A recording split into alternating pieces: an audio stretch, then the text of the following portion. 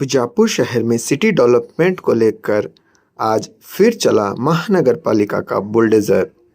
बीजापुर शहर के अतनी रोड इटगी पेट्रोल पंप से लेकर बीएम पाटिल सर्कल तक आज फिर चला महानगर पालिका का बुलडोजर। इस काम का जायजा लेने पहुंचे जिला अधिकारी और महानगर पालिका के कमिश्नर।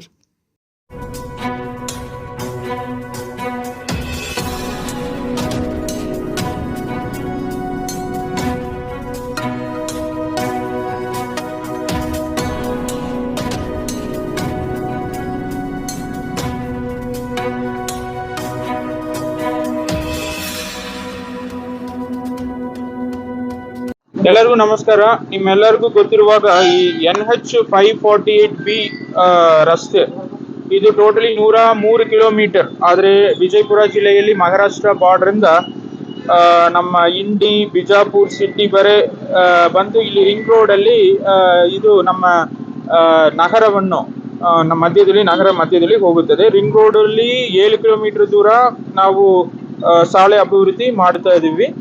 ಇಲ್ಲಿ ಬಹಳಷ್ಟು ಕೆಲಸ ಕಾರ್ಯಗಳು ಆಗಬೇಕಾಗುತ್ತೆ. ಯಾಕಂದ್ರೆ ಇದು ಬೆಳೆಯುವ ಒಂದು ಸಿಟಿ, ಮತ್ತೆ ಸಿಟಿ ಒಳಗಡೆ ಟ್ರಾಫಿಕ್ ಜಾಸ್ತಿ ಆಗ್ತಾ ಇದೆ. ಅದನ್ನು ಡೈವರ್ಟ್ ಮಾಡಕ್ಕೆ ಇಲ್ಲಿ ಈ ರಿಂಗ್ ರೋಡ್ ಅಭಿವೃದ್ಧಿ ಆಗುವುದು ಅವಶ್ಯಕತೆ ಇದೆ. ಆದ್ರಿಂದ ಇಲ್ಲಿ 4 ಲೇನ್ ರೋಡ್ ಮಾಡುವುದು, ಆದ್ರೆ ಮಧ್ಯದಲ್ಲಿ 2 ಲೇನ್ ಮತ್ತೆ 2 ಕಡೆ ಸರ್ವಿಸ್ ರೋಡ್ ಅನ್ನು 4 ಲೇನ್ ರೋಡ್ ಮಾಡಕ್ಕೆ NH ಅವರು ಪ್ಲಾನ್ ಇಟ್ಟಿದ್ದಾರೆ.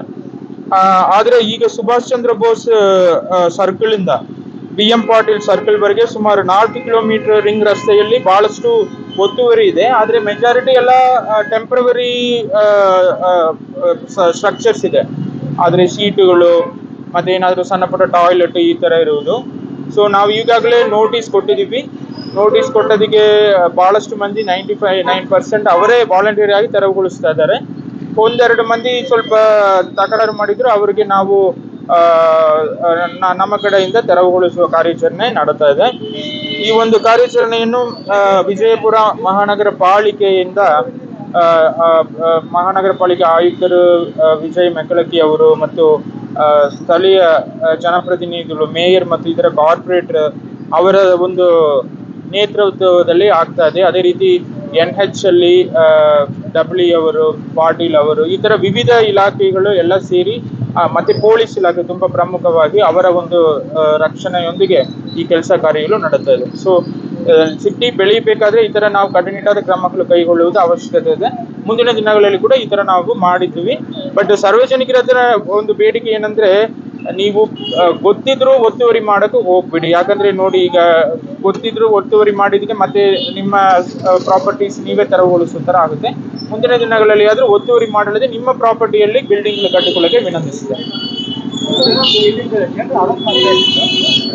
ಸಿಟಿನಲ್ಲಿ ಜನರಿಗೆ ಮತ್ತು ಮಕ್ಕಳಿಗೆ ಶಾಲೆ ಹೋಗುವ ತೊಂದರೆ ಆಗ್ತಾ ಇತ್ತು ಆರೋಪ ಮಾಡ್ತಿದ್ದಾರೆ.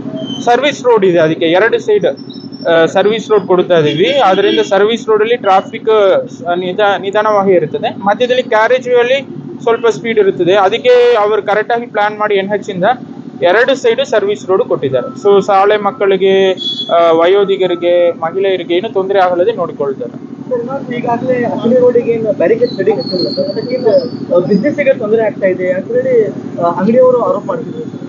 ಈಗ ಆರೋಪ ಮಾಡ್ತಾ ಇದ್ರೆ ಮತ್ತೆ ಹೇಗೆ? ಎಲ್ಲಾ ಕಡೆನೂ ಇದೇ ತರ ಕ್ರಮಗಳು ಕೈಗೊಳ್ತಾ ಇರ್ತೀವಿ. ಈಗ ಅಲ್ಲಿ ನಾವು ಬ್ಯಾರಿಕೇಡ್ ಓಪನ್ ಮಾಡಿದ್ರೆ ಮತ್ತೆ ಆಕ್ಸಿಡೆಂಟ್ಸ್ ಆಗುವ ಸಾಧ್ಯತೆ ಇದೆ. ಅದನ್ನು ನೋಡಿ ಕರೆಕ್ಟಾಗಿ NH ಅವರು ಪ್ಲಾನ್ ಮಾಡಿರ್ತಾರೆ.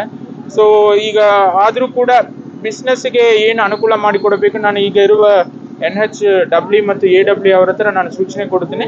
ಸೊ ಅವ್ರದ್ದು ಏನು ಗ್ರೀವೆನ್ಸ್ ಇದೆ ಸ್ವಲ್ಪ ಅಡ್ರೆಸ್ ಮಾಡೋಕ್ಕೆ ನಾನು ಕೂಡ ಪರ್ಸನಲ್ ಆಗಿ ನೋಡ್ತೀನಿ. Thank you.